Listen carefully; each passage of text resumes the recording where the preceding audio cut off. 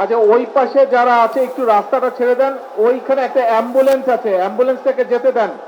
এই যে সাদা পাঞ্জাবি, ওই অ্যাম্বুলেন্স থেকে যেতে দিতে হবে তোরে ভাই। আরে কি আশ্চর্য, এই রাস্তাটা ক্লিয়ার করো না, এই রাস্তাটা ক্লিয়ার করে অ্যাম্বুলেন্সটাকে যেতে দাও।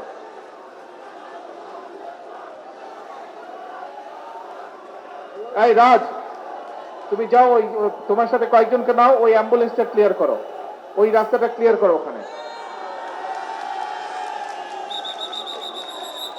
ওই পাশটা ক্লিয়ার করতে হবে, ওই রাস্তাটা ক্লিয়ার করতে হবে। সবাই পিছনে চাপো, নাহলে সামনে আসো, পেছন দিকে যাও, নাহলে সামনে আসো।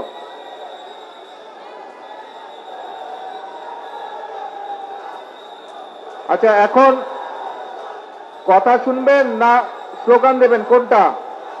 কথা শুনতে হলে চুপ করতে হবে তো। All time Roma, you are so All Time Roma. Taste it, love it.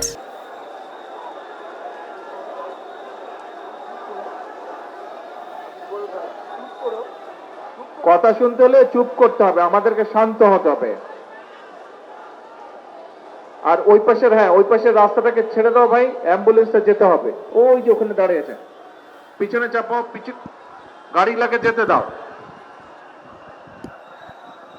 আইল্যান্ডের ওপাশে যারা আছে গাড়ি লাগে যেতে দাও, প্লিজ সরে যাও, গাড়ি লোকে যেতে দাও। আচ্ছা, এখন শান্ত হতে হবে, কথা শুনতে হলে শান্ত হতে হবে সবাইকে।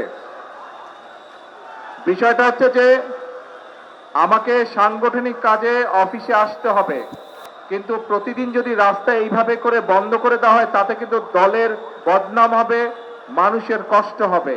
ঠিক আছে, এইভাবে প্রতিদিন রাস্তা বন্ধ করা যাবে না। যেভাবে সাধারণ স্বাভাবিক বিষয়, সেটি আমাদেরকে চেষ্টা করতে হবে যাতে স্বাভাবিক থাকে সবকিছু। অফিসে আমি আরো আসব, কিন্তু এরকম রাস্তা বন্ধ করা যাবে না। আর যদি এরকম রাস্তা বন্ধ হয়, তাহলে আমার পক্ষে অফিসে আসা সম্ভব না। কিন্তু অফিসে আসলে নেতাকর্মী সকলের সাথে দেখা সাক্ষাৎ করা সম্ভব হবে, সাংগঠনিক কাজ করা সম্ভব হবে। আমি কথা বোঝাতে পেরেছি? রাস্তা বন্ধ করা যাবে না।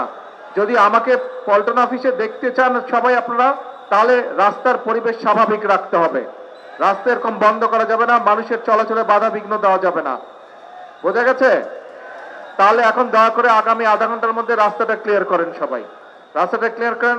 আজকে আমি কাজ শেষ করে চলে যাব, আবার আসব, এবং স্বাভাবিকভাবে সবকিছু যাতে হয় সেই কাজটা করতে হবে আমাদেরকে। ঠিক আছে, সবকিছু স্বাভাবিক রাখতে হবে। আর একটি কথা, মানুষ অনেক প্রত্যাশা নিয়ে দলের দিকে তাকিয়ে আছে, মানুষ অনেক প্রত্যাশা নিয়ে দলের দিকে তাকিয়ে আছে।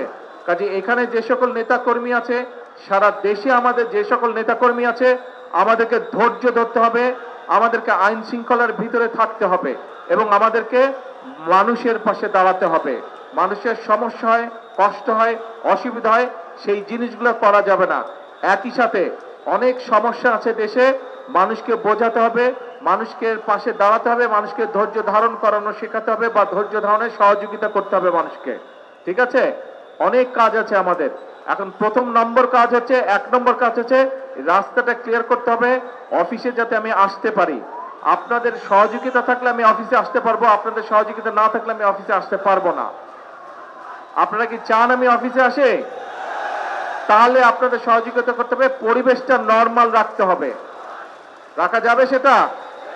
আমি আরো 2-1 দিন আসবো, আমি দেখবো, যদি দেখি স্বাভাবিক রেখেছেন তাহলে আমি আসবো, আর যদি দেখি স্বাভাবিক রাখেন না, তাহলে কিন্তু এখানে আমার পক্ষে আসা সম্ভব হবে না।